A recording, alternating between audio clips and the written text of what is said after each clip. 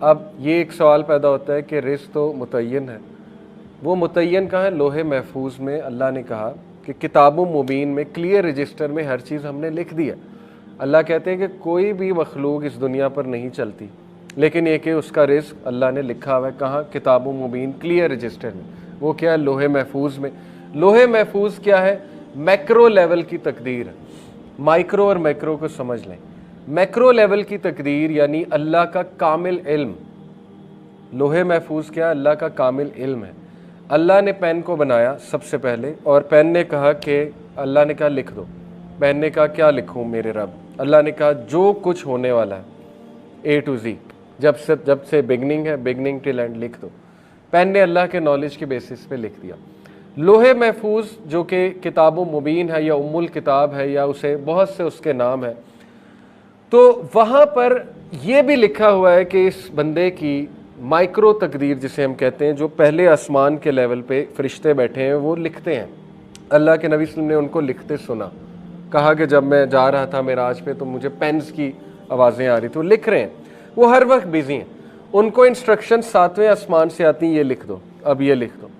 لیلۃ القدر کی رات جو ہے ان کو بتایا جاتا ہے یہ چیز چینج کرو، یہ ایڈیٹنگ کرو، یہ بندہ یہ دعا کر رہا ہے، نیک عمل کر رہا ہے، ڈیلی بھی وہ بیزی ہیں۔ ڈیلی ڈکری بھی ہوتی ہے، ہمارے اعمال پہ ڈیپینڈنٹ ہے۔ مثال کے طور پہ ہمیں آج ایک چیز ملنی تھی، ہمارے کسی گناہ کی وجہ سے رک جاتی ہے، اس کو کہتے ہیں تقدیر۔ اس کو کہتے ہیں کہ وہ چیز آپ کو گناہ کی وجہ سے نہیں ملی۔ یہ ہے گھٹنا کہ اللہ کہتے ہیں نا، اللہ جس کا چاہتا ہے رزق کشادہ کرتا ہے، جس کا چاہتا ہے گھٹاتا ہے۔ اصل میں کہاں گھٹ رہی ہوتی ہے یہ چیز؟ ڈیلی ڈکری میں، ایئرلی ڈکری میں بھی ایک سال کے اگلے میٹرز میں ہو سکتا ہے آپ کو کوئی چیز ملنی ہو، لیکن آپ کے کسی گناہ کی وجہ سے، آپ کے کسی چیز کی وجہ سے وہ چیز رک گئی، لیکن لوح محفوظ میں لکھا ہوا ہے کہ یہ چیز آپ کو ملنی۔ اس کی ٹائمنگ کیا ہے؟ یہ ڈیلی ڈکری، ایئرلی ڈکری فرشتوں کو بتایا جاتا ہے، پلس مائنس ہوتا رہتا ہے۔ آئی ہوپ کہ یہ ایک بڑا ٹیکنیکل اور بڑا کمپلیکس کانسیپٹ ہے، آئی ہوپ کہ آپ کو اس مثال سے سمجھ آ گیا ہوگا۔ تو اس میں کوئی کنفیوز ہونے والی بات نہیں۔ لوح محفوظ اللہ کا کامل علم ہے۔ میں ابھی یہ موبائل یوں پکڑ رہا ہوں، اللہ کو پتہ ہے، اسی لیے میں اللہ کی عبادت کرتا ہوں، اسی لیے میں پراؤڈ ہوں اللہ کا ورشپر۔ دیکھیں آج میں آپ کو کہوں کہ ایک ایسی ہستی ہے جس کو آپ کا سب پتہ ہے، A to Z، آپ کا جو آپ نے کرنا ہے، ابھی آپ نے یہاں سے چل کے آ جانا ہے، وہ بھی اس کو پتہ ہے۔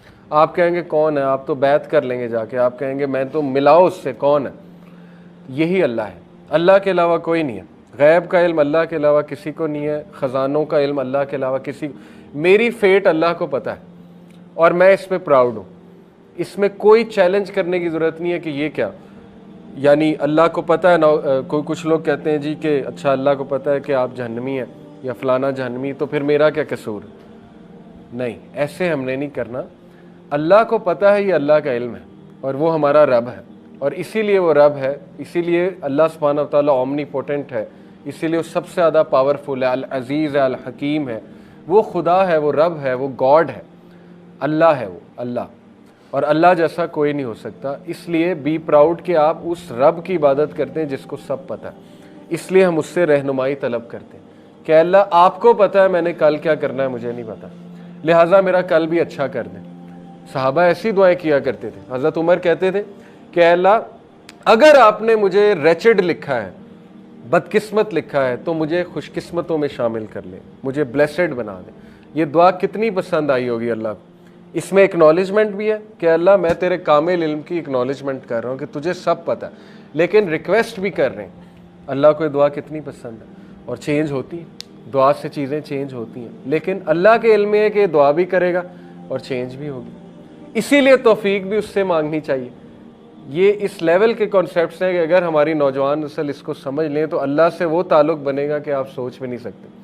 اللہ سے کبھی جدا ہی نہیں ہوں گے، وہ ہر میٹر میں اللہ کو شامل کریں گے۔ جتنا آپ اللہ کو جانیں گے، آپ کا اللہ سے تعلق خوبصورت سے خوبصورت ہوتا جائے گا۔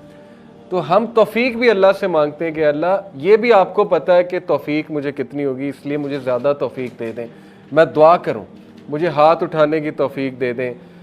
ہر چیز ہم اللہ سے مانگتے ہیں، ہر چیز۔ اور دیکھیں کنفیوز ہونے کی کوئی ضرورت نہیں ہے، سمپل۔ جو بھی قرآن میں حدیث میں کانسیپٹس ہیں نا تقدیر کے، رزق کے، ان کو ہم نے کس روشنی میں دیکھنا ہے؟ سنت کی روشنی میں، کہ اس کی پریکٹیکل مینیفیسٹیشن کس شخص نے کی؟ رسول اللہ نے۔ پریکٹیکل مینیفیسٹیشن کیا ثابت ہوتی ہے سننا سے؟ سب سے زیادہ قرآن کسے سمجھ آیا؟ اللہ کے نبی کو۔ سب سے زیادہ اللہ کسے سمجھ آیا؟ اللہ کے نبی کو۔ انہیں کیسے سمجھ آیا؟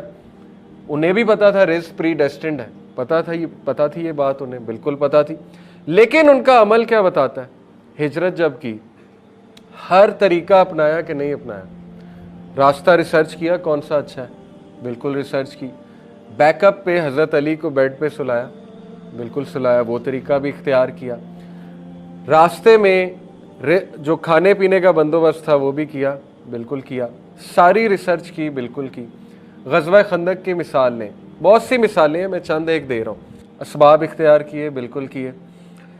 سپائز کو، حضرت حذیفہ بن یمان کو ایز اے انٹیلیجنٹ سپائی، جو کہ بالکل جائز ہے، جنگ کے موقع پہ بنایا، بھیجا، سارا جو ہے وہ جا کر ان سے انفارمیشن ایکسٹریکٹ کروائی۔ اس کے بعد ایک پروپیگنڈا بھی جو ہے وہ جائز، جو پروپیگنڈا ہوتا ہے وہ بھی اختیار کیا کہ مشرکین کو اور جیوز کو آپس میں ذرا ان میں پھوٹ ڈالی جائے۔ وہ بھی آپ کو واقعہ یاد ہوگا، ایک صحابی کو بھیجا، اس نے جا کے، ان صحابی نے جا کے قریش کو کوئی بات کی، جیوز کو کوئی بات کی، جائز ہے جنگ میں، اور اس کو پروپیگنڈا کہتے ہیں، جائز پروپیگنڈا، وہ بھی اختیار کیا۔ دعائیں بھی کی، رو رو کے، بہت دعائیں کی، ڈیلی جاگ کے دعائیں کرتے تھے۔ اینڈ میں وکٹری مسلمانوں کو ملی، جبکہ اللہ نے یہ کہا ہوا ہے، سورہ فتح کی غالباً آیا ہے کہ کتب اللہ لأغلبن انا ورسلی، اللہ نے لکھ دیا ہے کہ اللہ اور اس کا رسول غالب ہوں گے۔ اللہ نے تو بتا دیا پروفٹ کو کہ آپ نے غالب ہونا ہی ہونا ہے، فتح مکہ آپ ہی کی ہے۔